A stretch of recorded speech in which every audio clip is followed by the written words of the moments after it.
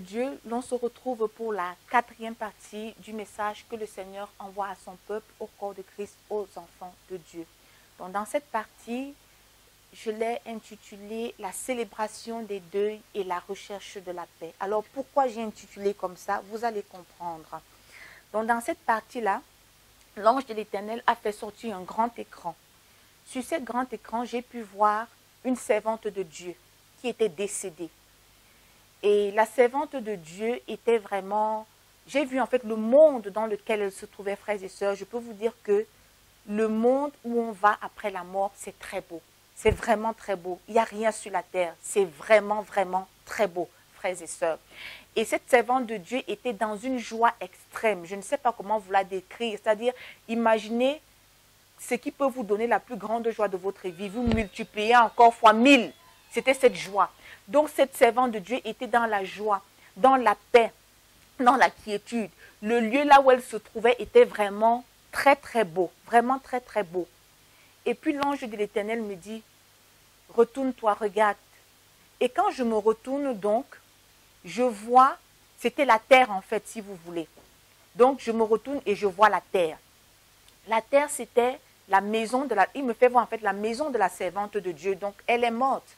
Et c'était une servante de Dieu, voilà, qui avait beaucoup d'enfants spirituels, qui était un peu connue de beaucoup de monde. Donc, il y avait une foule immense dans son domicile. Et frères et sœurs, les gens pleuraient. Les gens se lamentaient. Vous pouvez savoir, nous, Africains, comment on fait les deuils. Quand vous entendez que vous avez un frère ou une sœur qui est morte, on pleure, on soulève les habits, on crie, on se roule par terre. C'était exactement ça qui se passait dans la maison de la sœur. Et voilà l'ange qui me dit, on ne vous comprend pas. Quand il dit on ne vous comprend pas, il parlait de Dieu le Père, le Fils, le Saint-Esprit. En fait, au royaume des cieux, si vous voulez. Ils ne comprennent pas pourquoi sur la terre, on agit ainsi. Et je me retourne encore. Je regarde la sœur, la servante de Dieu qui est morte. C'était vraiment deux mondes diamétralement opposés. Je voyais la terre, là où on se lamentait, comme on fait les deuils à l'africaine. Vous voyez le monde là où la servante de Dieu se trouvait, il n'y avait rien à voir. Et l'ange de l'Éternel me redit, pourquoi pleure-t-il? N'est-ce pas une occasion de célébrer? Et frères et sœurs, quand l'ange de l'Éternel me dit ça, frères et sœurs, je vous assure, je pouvais vraiment voir que ce qu'on faisait sur la terre, c'était ridicule. On n'avait pas lieu de pleurer parce que la servante de Dieu était morte. En réalité, la servante de Dieu, s'en était allé vers un monde meilleur. C'était allé vers un monde meilleur, mais sur la terre, on était en train de pleurer. Et l'ange de l'Éternel dit, il ne comprend pas pourquoi, quand un enfant de Dieu meurt, au lieu de célébrer, on se lamente, au lieu de se réjouir. On se réjouit pourquoi? Parce que la personne va retrouver le Père, la personne rentre dans le royaume des cieux, la personne a fini sa mission. Il dit donc que ça doit être une occasion de se réjouir, de repartir vers le Père, d'avoir fini sa mission sur la terre, mais il ne comprend pas pourquoi on pleure, pourquoi on pleure dans les deuils. L'ange de l'Éternel m'envoie vous dire, peuple de Dieu, que nous devons revoir notre manière de célébrer les deuils. Je vais vous prendre un exemple. C'est comme si aujourd'hui, à l'occasion d'un mariage, nous savons que quand il y a le mariage, nous nous réjouissons. Il y a des cris de joie, des milolo, des oyenga, oyenga. Il y a toutes sortes de manifestations de joie. Imaginez donc que pendant une fête de mariage, quelqu'un vient vêtu de vêtements noirs, il commence à pleurer, se rouler par terre comme s'il y a le deuil. On va dire que mais non, il y a un problème. Peut-être cette personne même est sorcière, elle ne voulait pas que la sœur se marie, elle ne voulait pas que le frère se marie. Pourquoi? Parce que en ce lieu de mariage-là, ce n'est pas l'occasion de pleurer. C'est la même chose que j'ai vue. C'est-à-dire, la sœur était dans un monde meilleur. C'est-à-dire que la vie même qu'elle avait vécue sur la terre, c'était une vie de souffrance. Parce que, frères et sœurs, je peux vous assurer, ce que j'ai vu, il n'y a que la souffrance sur la terre. Là-bas en haut, quand on rentre, je vous assure, c'est un bonheur. Je n'ai même pas les mots pour décrire ce que j'ai vu, tellement c'était beau. Tellement c'était beau. Donc, l'ange de l'Éternel, le Seigneur, ceux qui sont dans le royaume des cieux, ne comprennent pas pourquoi on quitte d'un monde qui n'est pas beau pour aller vers un monde qui est beau, mais on pleure. Pourquoi? L'ange de l'Éternel dit, pourquoi pleure-t-il? pourquoi ne célèbre-t-il pas? N'est-ce pas une occasion de célébrer, c'est-à-dire n'est-ce pas une occasion de se réjouir? Frères et sœurs, imaginez un peu dans votre tête le bonheur de quelqu'un. Au lieu de se réjouir avec la personne, vous êtes en train de pleurer. C'est qu'il y a un problème. Vous pleurez de tristesse, vous pleurez de désolation. Parce que si vous pleurez encore de joie, oui, c'est quelque chose. Mais si vous pleurez de tristesse et de désolation, c'est qu'il y a un problème. Alors, l'ange de l'Éternel m'envoie dire à tous les enfants de Dieu, changeons notre façon de faire des deuils. Tel l'ange nous disait plus dans les messages précédents que nous ne devons pas nous conformer au siècle présent. Peuple de Dieu, le Seigneur nous demande de ne plus nous conformer aux coutumes du monde. Ne nous conformons plus aux coutumes du monde, mais soyons transformés par le renouvellement de l'intelligence. Ça veut dire que c'est le Seigneur qui nous instruit sur comment nous devons marcher. Notre intelligence doit être renouvelée. Et c'est au travers des messages comme ça que le Seigneur renouvelle notre intelligence pour que nous soyons dans sa volonté. Donc je suis là, peuple de Dieu, pour vous dire que le Seigneur n'approuve pas que nous nous lamentions, que nous pleurons, que nous roulons par terre, comme font les gens de ce monde, quand un des nôtres est mort. Je précise bien qu'il s'agit là des enfants de Dieu qui meurent et qui retournent au ciel. Il n'y a pas d'occasion de pleurer. Ce n'est pas l'occasion de pleurer, mais c'est au contraire l'occasion de glorifier le nom du Seigneur. Donc voilà, dans cette partie, ce qui concerne les célébrations de deuil. Alors dans la suite, c'était toujours la servante de Dieu. Cette partie concerne en fait la recherche de la paix. Frères et sœurs, c'est très important. Écoutez-moi attentivement, s'il vous plaît. Alors, cette servante de Dieu, je vois donc un membre de sa famille. C'était une dame à qui on annonçait que la servante de Dieu est morte. Dès que cette dame, alors, je vais prendre l'exemple, genre, ça pouvait être sa sœur, la sœur de la servante de Dieu, à qui on annonçait qu'elle est morte. Quand on annonça à sa sœur qu'elle est morte, sa sœur a commencé à se lamenter, à pleurer. Mais elle ne pleurait pas parce que sa sœur était morte, mais elle pleurait sa condition à elle. Je vais vous expliquer pourquoi. Parce que moi-même, je n'ai pas compris. Il a fallu que l'ange m'explique dans la vision. La sœur se lamentait parce que, avant que la servante de Dieu ne meure, elle n'était pas en bon terme. Je pense qu'elles avaient eu des disputes. Et la sœur de la servante de Dieu avait résolu d'aller voir la servante de Dieu et de se repentir ou alors de discuter pour pouvoir dissiper le malentendu qu'il y avait eu entre elles. Sauf que la servante de Dieu est morte avant que sa sœur ne puisse aller vers elle se repentir. Et la sœur de la servante de Dieu était aussi une chrétienne. Et la sœur de la servante de Dieu pleurait donc pourquoi? Parce qu'elle connaissait qu'elle allait aller en enfer. C'est-à-dire qu'elle n'avait pas eu le temps de confesser son péché, de se repentir. Et d'après la loi du royaume des cieux, des principes du royaume des cieux, tu ne peux pas entrer au ciel avec un péché non confessé. Et donc la sœur de la servante de Dieu savait donc que son sort était scellé pour l'enfer. Voilà pourquoi elle pleurait. Et à l'ange de l'Éternel de me dire, regarde donc, est-ce pour si peu qu'elle va perdre son salut? Peuple de Dieu. Alors l'ange m'expliqua très clairement que nous ne pouvons pas garder la colère. Nous ne pouvons pas garder les disputes. Nous ne pouvons pas garder l'amertume. Nous ne pouvons pas garder les problèmes. Parce que personne ne connaît le jour ni l'heure. Vous voyez que la sœur avait prévu d'aller le faire. Mais la servante de Dieu est morte avant. Et à cause de ça, si cette sœur venait elle-même à mourir, elle n'allait pas partir au royaume des cieux. Parce qu'on n'entre pas au ciel avec un péché non confessé. Avec un péché non confessé.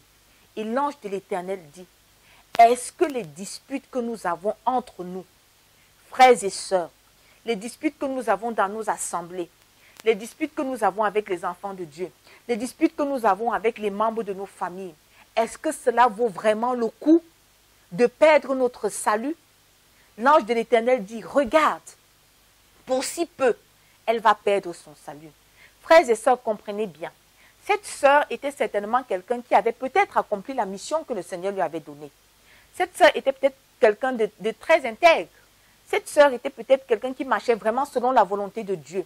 Mais à cause d'une petite dispute, à la dernière minute, elle va rater le ciel. Elle va aller en enfer parce qu'elle n'a pas eu le temps de se repentir. La Bible nous dit que autant que cela dépend de nous, nous devons être en paix avec tout le monde. Frères et sœurs, l'un des principes du royaume des cieux, c'est que nous ne pouvons pas être en discorde avec quelqu'un. Cela n'est pas éligible, cela ne nous permet pas d'entrer dans le royaume des cieux. Personne ne connaît ni l'heure. Donc, pendant que tu es là, tu gardes, tu te dis, un jour, je vais le faire. Un jour, on va se réconcilier. Est-ce que tu es sûr que tu auras l'occasion de le faire? Et si le Seigneur te reprenait avant? Si le Seigneur te reprenait avant, toute la vie de sanctification que tu as menée sur la terre, toute la vie de consécration que tu as menée sur la terre, s'en ira comme ça et tu partiras en enfer. Donc je suis là, peuple de Dieu, pour porter un message. Le Seigneur dit à son peuple, réconciliez-vous, recherchez la paix avec tous. D'ailleurs, il est écrit que nous devons rechercher la paix et la sanctification avec tous, sans laquelle nul ne verra le Seigneur. Peuple de Dieu, la parole de Dieu est vraie et c'est une vérité.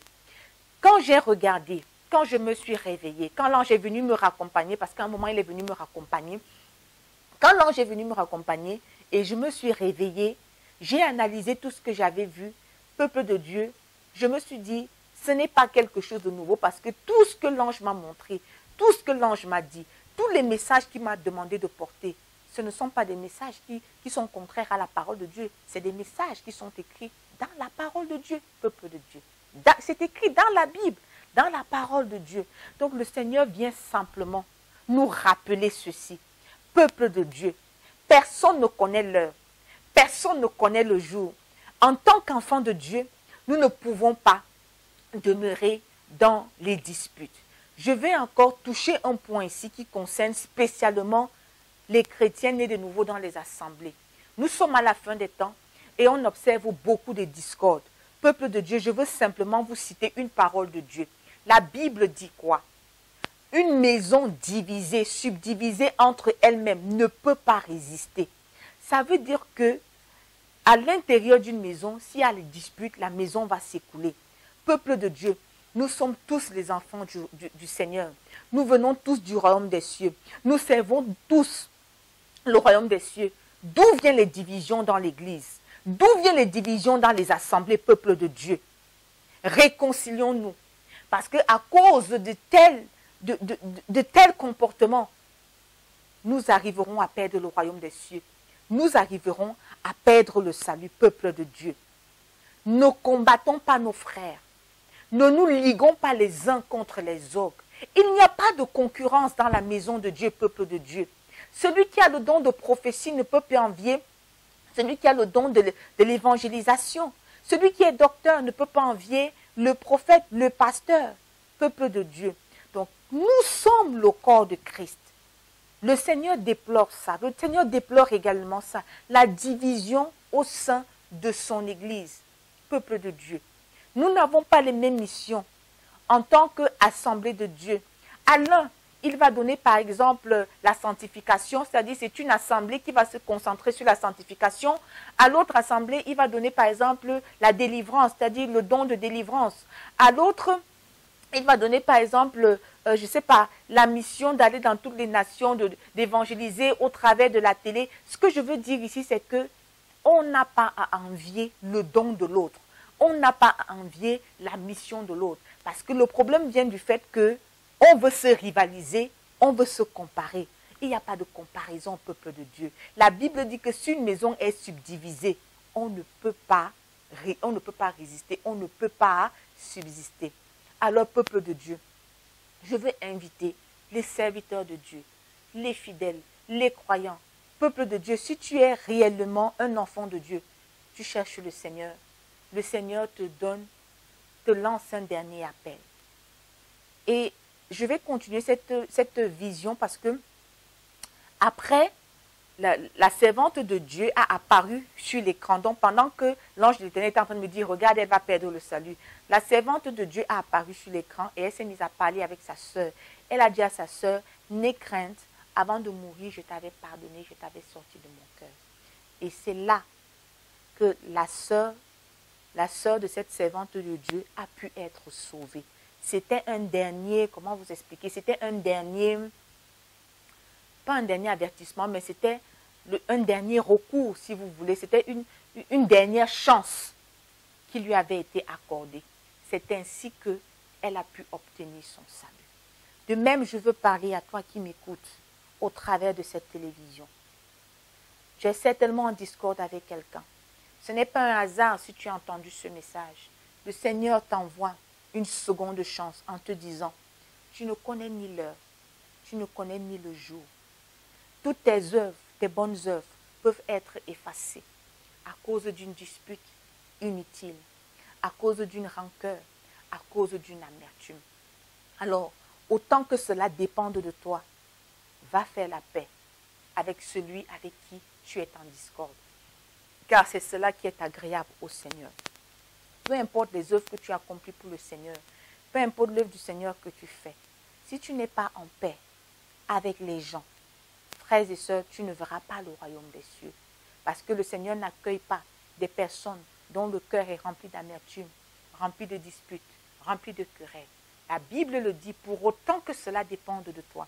Donc si tu vas vers quelqu'un, rechercher la paix, et que la personne ne fait pas la paix avec toi, au moins toi, tu as déjà recherché la paix, tu as fait ta part.